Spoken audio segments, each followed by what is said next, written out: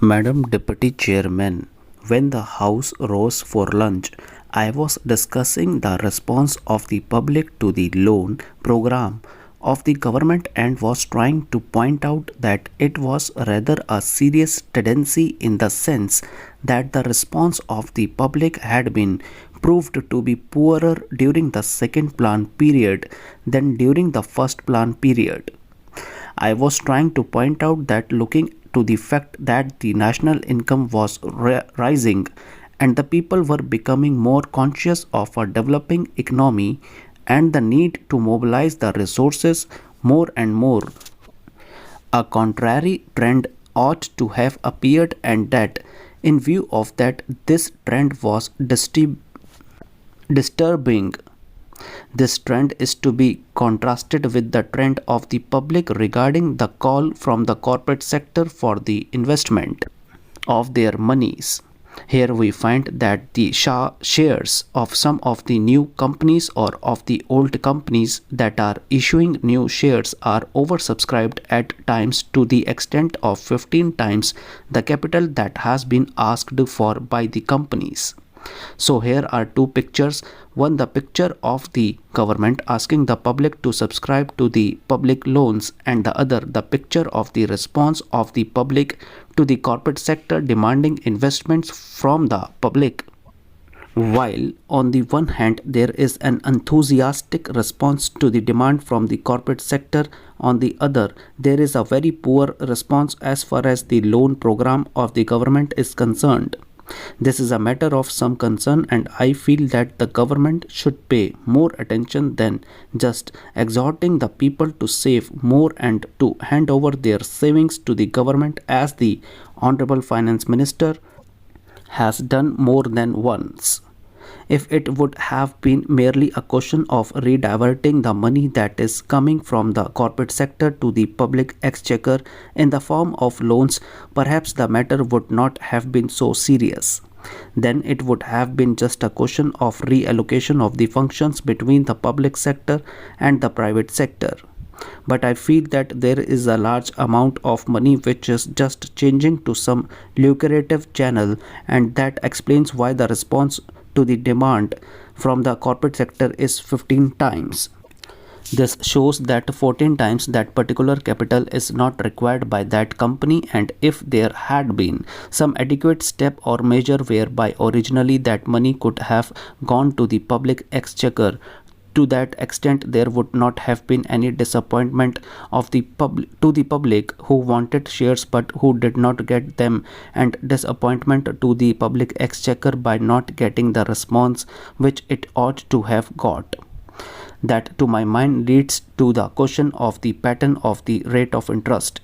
in a developing economy, and especially in view of the fact that a large number of companies are being floated today which have got an element of growth in them, thereby attracting so much capital towards them. The government of India will have to take into consideration the question of the rate pattern of interest on their loans, and to see whether something could not be done whereby the public will be attracted to a large extent towards their loan program than hitherto. It has appeared in the press that the question of supply and want is being reconsidered and that offers are sought to be made more attractive.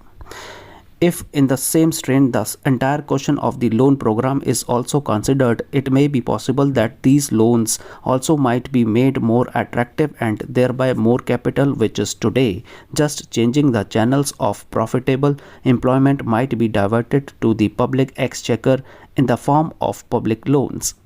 Then there is the question of the state governments performing their part which has been assigned to them during the third plan period. In this connection, I would like to draw the attention of the Honorable House to a very important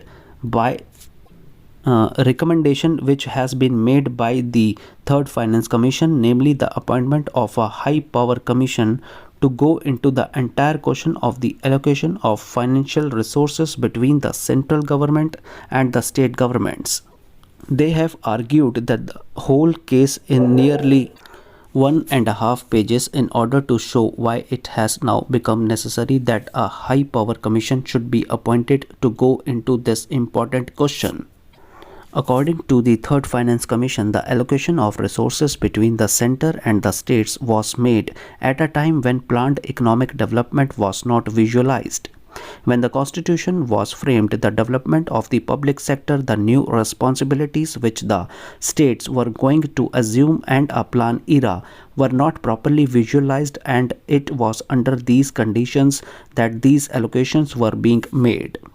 Madam Deputy Chairman, I rise to support the bill which has been moved by my Honorable Minister of State in the Ministry of Home Affairs. This bill incorporates certain sentiments which the country holds so dear as far as the office of President is concerned, and also incorporates the faith of the people in themselves that when they will elect a president, the person who would be occupying the high post would be a person who would have not only the love and affection of the people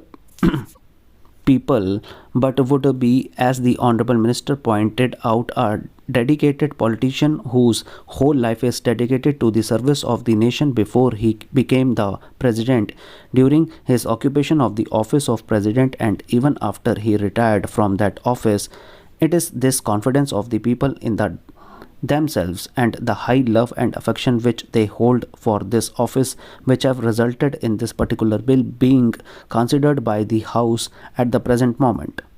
The Honorable Minister has pointed out that the President who has just retired has fulfilled all the requirements which are the basis of this particular measure and the measure which was passed in 1951. I wish that he had mentioned the last Governor General also, to whom both the measure apply. Whether we may agree or may not agree with the last Governor General on some of the political views that he holds, there can be no two opinions that the last Governor General was also an illustrious son and is an illustrious son of this country and deserves all the considerations, all the love and all respect of the country which are being incorporated in the present measure and were incorporated in 1951 Act.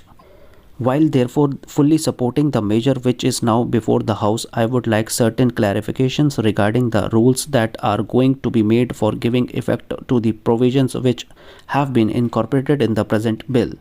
In the statement of objects and reasons, we are told that a person holding a high office of president has, even after retirement, many public calls on him, and it is therefore considered desirable to provide him with secretarial staff. It is further stated that the bill provides for a staff which may be engaged for the president. Staff might be appointed for him and office space might be provided for him. It is because of this that certain misgivings have arisen in the minds of some of the members, and they want it to be made perfectly clear that the staff will be appointed not only for the ex-president but will be appointed by the ex-president, and it will be his wishes and his desires that will be taken into account when a particular person is being appointed. Also, regarding the office which is engaged for him, his wishes should be taken into account so that he knows who would be a convenient place for him and he may to get that place. Another reason for insisting on what I consider to be an important detail is that if the government appoints the staff for the ex-president, then automatically they become government servants because they have been appointed by the government. It may be that in the rules a clarification might be attempted whereby they may be exempted from some of the service conduct rules which are applicable to normal government servants. But even there, it will be much better that this should not be left in any doubt, and that these persons that are appointed to assist the ex-president in his secretarial task are appointed by the ex-president himself. They would be the staff of the ex-president and would not be appointed by the government for the ex-president and would not be government servants. This point ought to be made quite clear so that the ex-president has got all the rights of determining the service conditions of the people appointed by him. Of course, subject to the overall limit which has been provided and, to my mind, rightly provided in the bill. Within the overall limits, perhaps it will be much better to leave the rest of the matter of the president himself so that we may also express our further confidence in the president to the effect that he would utilize it with discretion and with all sense of responsibility and fair play, and taking into account the interests of the public and the public exchequer too.